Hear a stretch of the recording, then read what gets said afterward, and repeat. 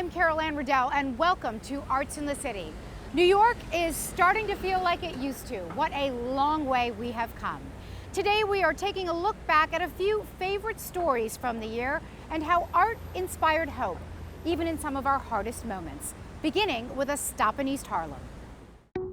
Before and after. What was a nondescript wall in East Harlem is now exploding with vivid color and positivity, brought to life by artist Marco Santini and Rick Guidotti, founder of Positive Exposure, a nonprofit that promotes a more inclusive world through photography, film, and education. So this is the East Harlem Wall of Love. It features the word love in over 100 different languages, which is meant to symbolize that there's more that unites us than divides us. So I wanted to create something that everyone could relate to, no matter their race, their gender, or their sexual orientation. The mural, which is 4 stories tall, is located in this church courtyard at East 109th Street, also home to Positive Exposure's gallery. Our landlord is the church, so we're part of the Episcopal Church, and we share that courtyard with the common pantry, which is a food pantry that served over 6 million meals this year already, and they're an extraordinary organization. And the churches, and really what we're looking at is how do we fill the world with love? The mural went up over several days and took about 20 hours to create, making something out of nothing a familiar challenge to both Rick and Marco, who are zealous about using art for social good. As he told us in this story from 2018, Rick is a former fashion photographer who worked with some of the world's top models, but he found his true calling in positive exposure, using his camera to redefine beauty while celebrating those who live with physical, genetic, and behavioral differences. Starting to work with communities that were excluded from the beauty standard, and really literally photographing this first young lady who walked in with zero self-esteem as a direct result of the bullying and the teasing she experienced every day because of her difference. And it was just holding up a mirror and saying, "You're magnificent. Look at yourself." And watching this kid go from this to this and exploding with the smile that literally lit up New York City like this wall does. So it's always that smile, that love, that spark, that bright light that just shines on all of us. Marco, equally passionate, describes an earlier piece done during the height of the pandemic.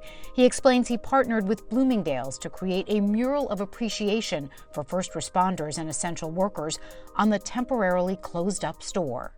And when I went out there, I hadn't been outside of a 2-block radius of my house for months. It was April 22nd, Earth Day, and it was a really eerie feeling. And despite all the craziness, I still had someone, while I was at the top, maybe 12, 14 feet high, some total stranger walked over and asked if he could hold the ladder for me. And during COVID, we both had our masks on. It was this beautiful human interaction. I have no idea who this person is.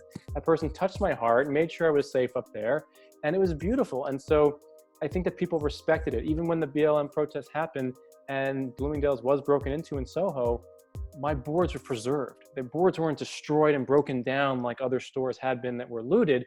They basically removed it in a somewhat gentle, nice way, and kept it up because the messaging was so powerful, and which is why now those boards are traveling the country.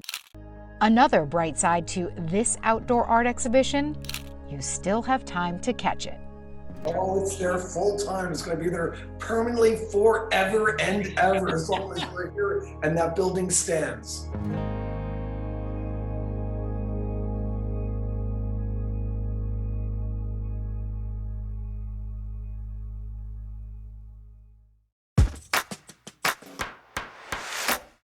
Our beleaguered city got a boost from flowers during the pandemic, thanks to a designer who inspired New Yorkers with his floral art installations. Here's Susan John.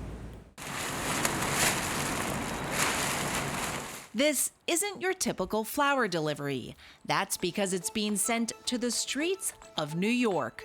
I'm feeling like if I need flowers and I work with flowers, then everybody else must need them too.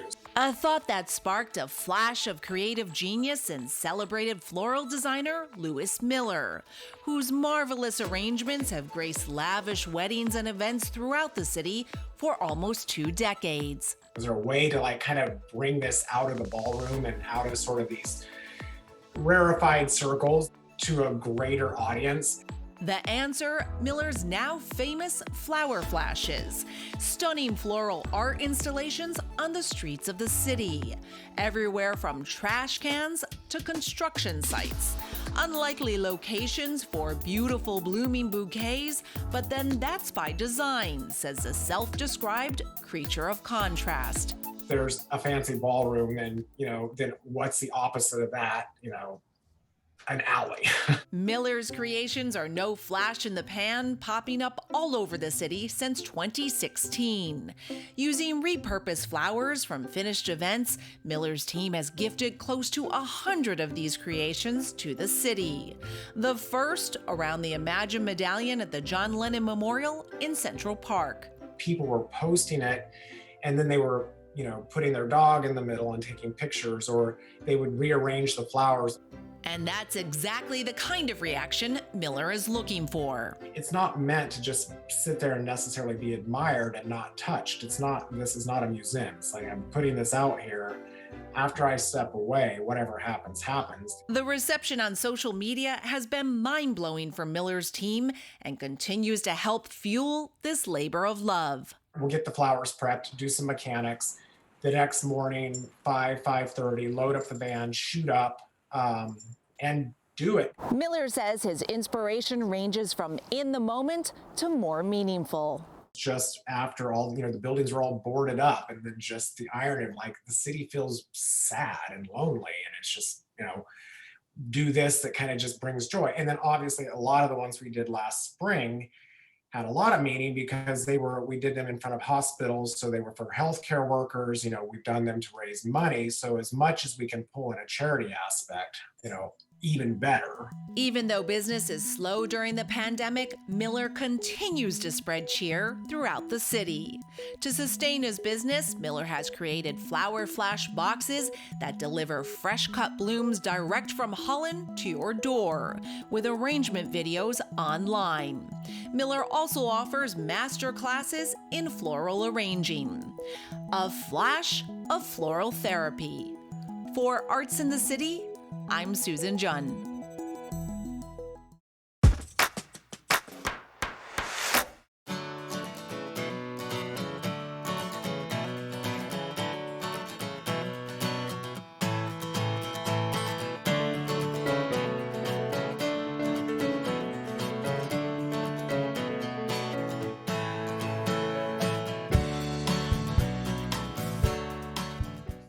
Central Park unveiled a new bronze statue last year, and believe it or not, it is the first statue based on real women in the park's history.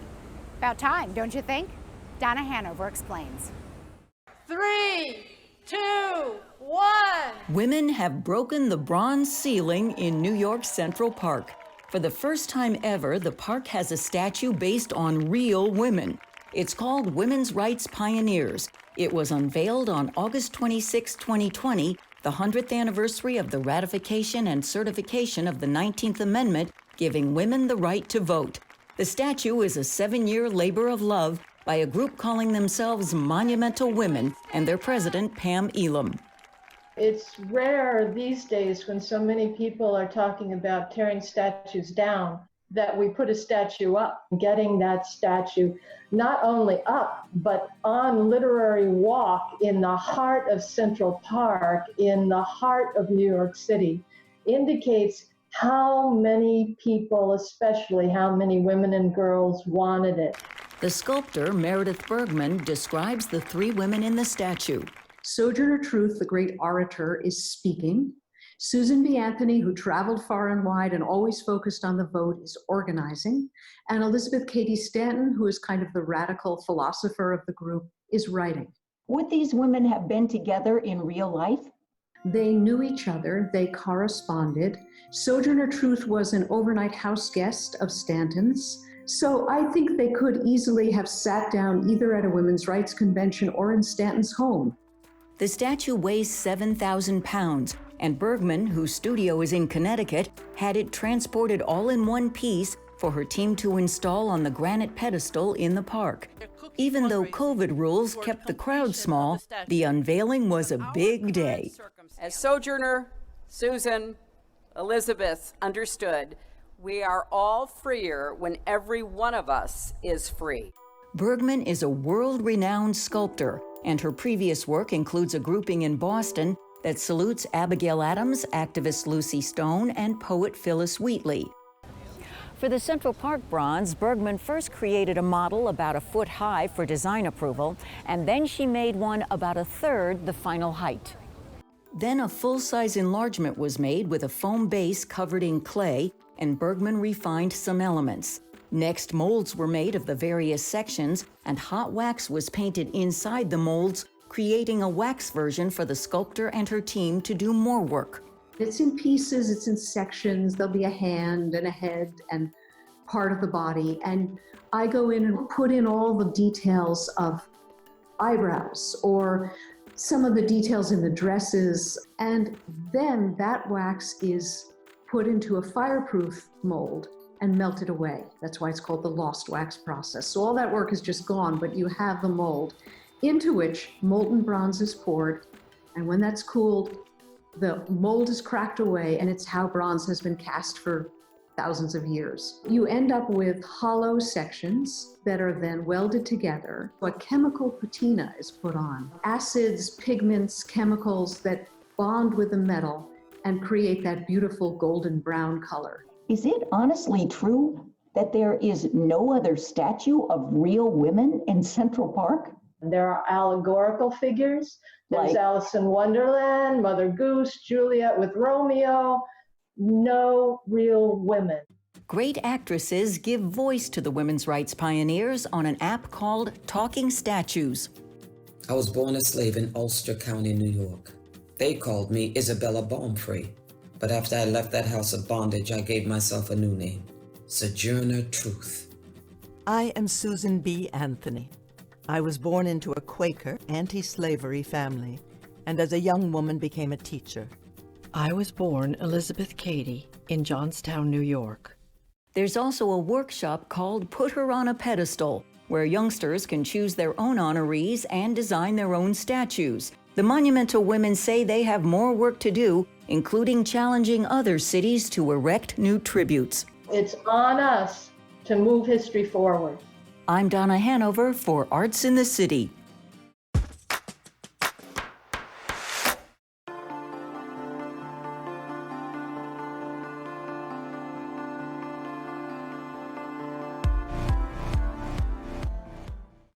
Tap dancing. It is mesmerizing to watch, especially with performing sensation Ayodele Cassell. She spoke with our Abby Ashola. I feel like my mission, since I put on my tap shoes and since I learned how incredibly elegant and sophisticated and rich an art form it is, all I want to do is shout it from the rooftops and have other people enjoy it and love it as much as I do. My name is Ayodele Cassell. Ayodele is a Yoruba name. It's Nigerian. It means joy has arrived, or joy comes into the home. And I'm in the Bronx right now, in New York City. She is so many things. A dancer, choreographer, and storyteller extraordinaire. Hailed by the New York Times for radiating joy. Danced everywhere from the City Center and the Joyce Theater to the White House. My work is endlessly rooted in my obsession with culture and identity and honoring and ancestral legacy. Her identity as a Black and Puerto Rican woman is key to understanding her dancing. She's been on a journey to learn about the roots of her art.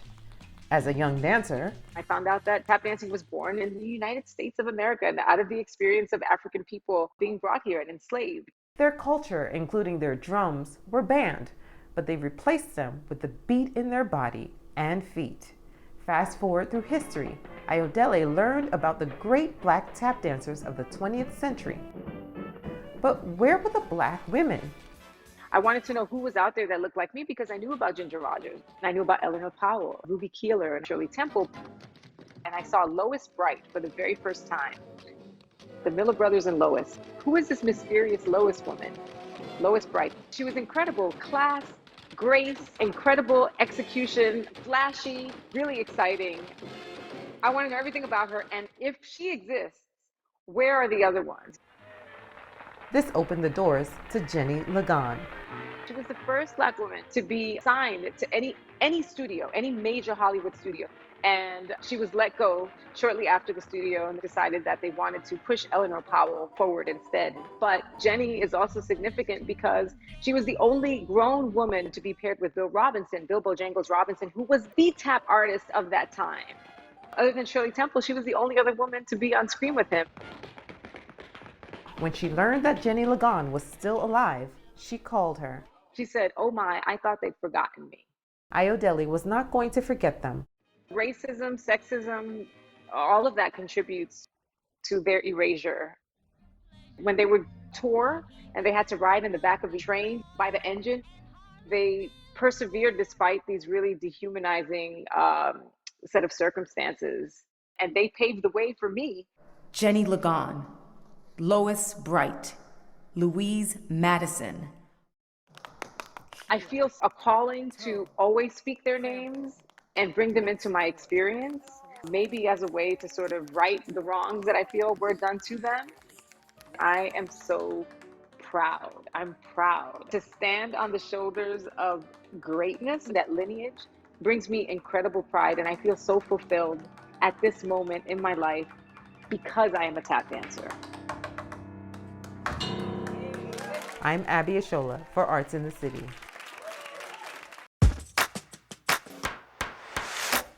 Color can have a powerful effect on your psyche, a pick-me-up just when you need it. Our photographer Laura Fuchs explored the therapeutic potential of color in her series Self-Care, Wear Your Favorite Color. Here's Laura's lens.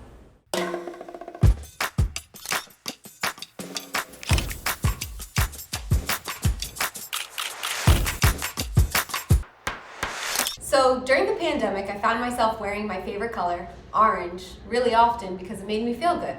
I decided to ask a bunch of my friends if I could photograph them wearing their favorite color. This series is called Self-Care, Wear Your Favorite Color, and it's just a reminder that simple things can be acts of self-care.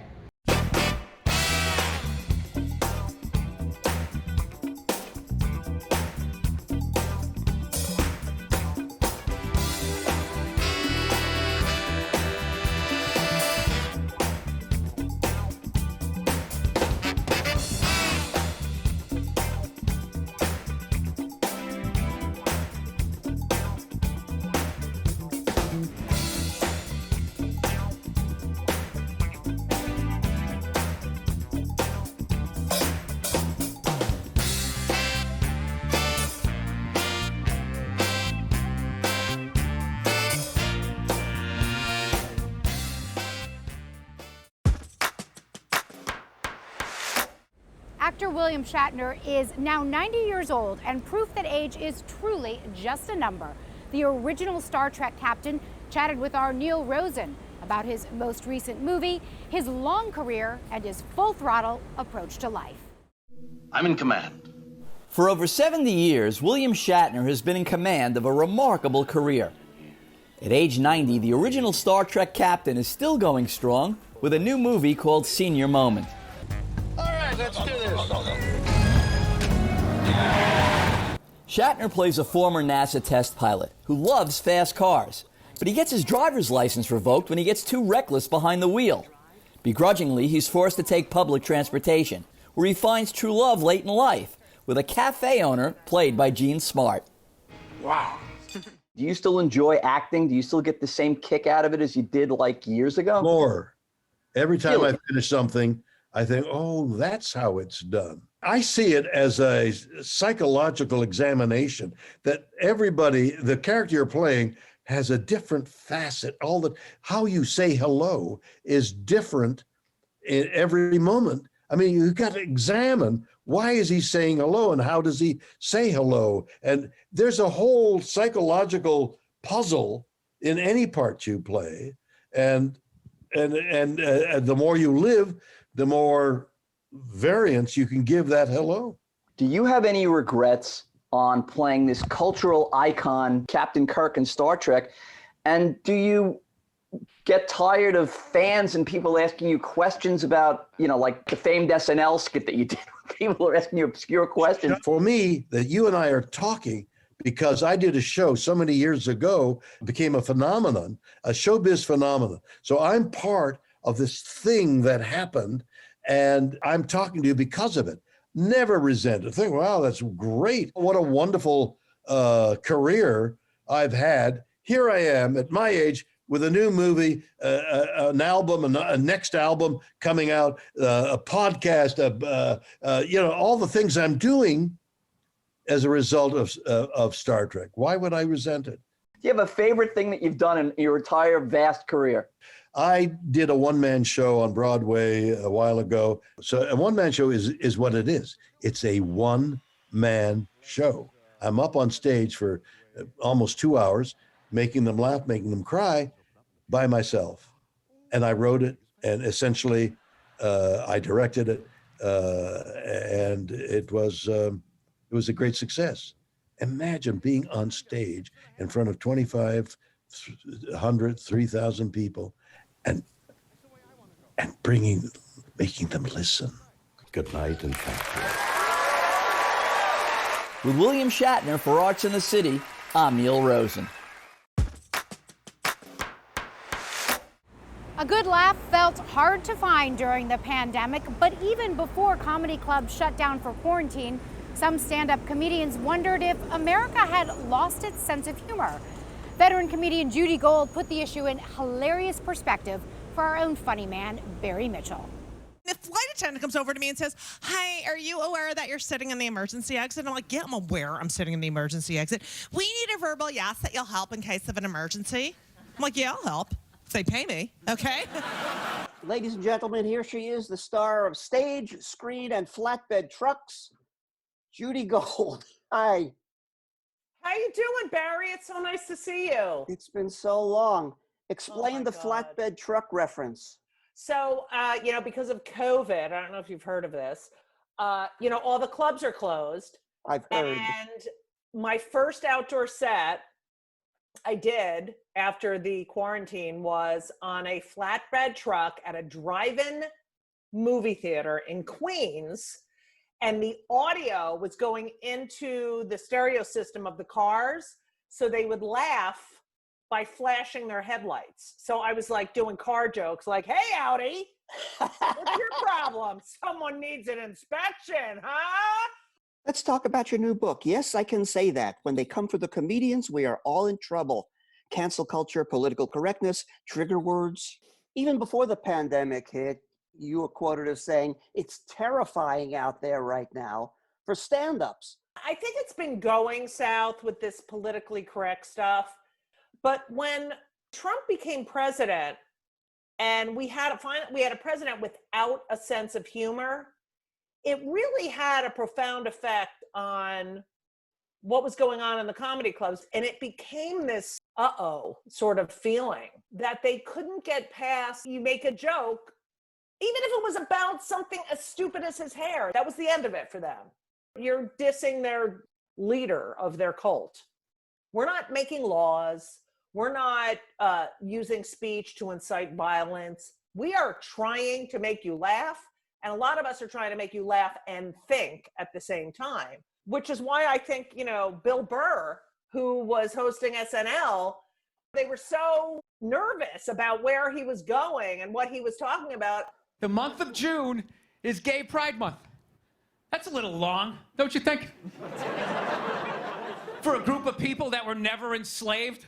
Black people were actually enslaved. They get February. You can talk about anything as long as you have a well-crafted joke, as long as it's funny. If you go to a comedy club and you get upset that you were offended, that is like going to an amusement park, getting on a roller coaster, and being upset that you were scared. Why is it that a comedian tells a joke you don't like and they should never be able to tell another joke again? And you bear no malice towards comedians like a Rodney Dangerfield or a Rita Rudner who was just in for the punchline. No, they're doing their job. That's their style. I talk about Andrew Dice Clay. I believe in complete freedom of speech. Colleges have been particularly bad for comedians. I remember when colleges were a bastion of free speech. Yep. The real world is full of quote unquote triggers. The real world is not pleasant. You have to learn to deal with it.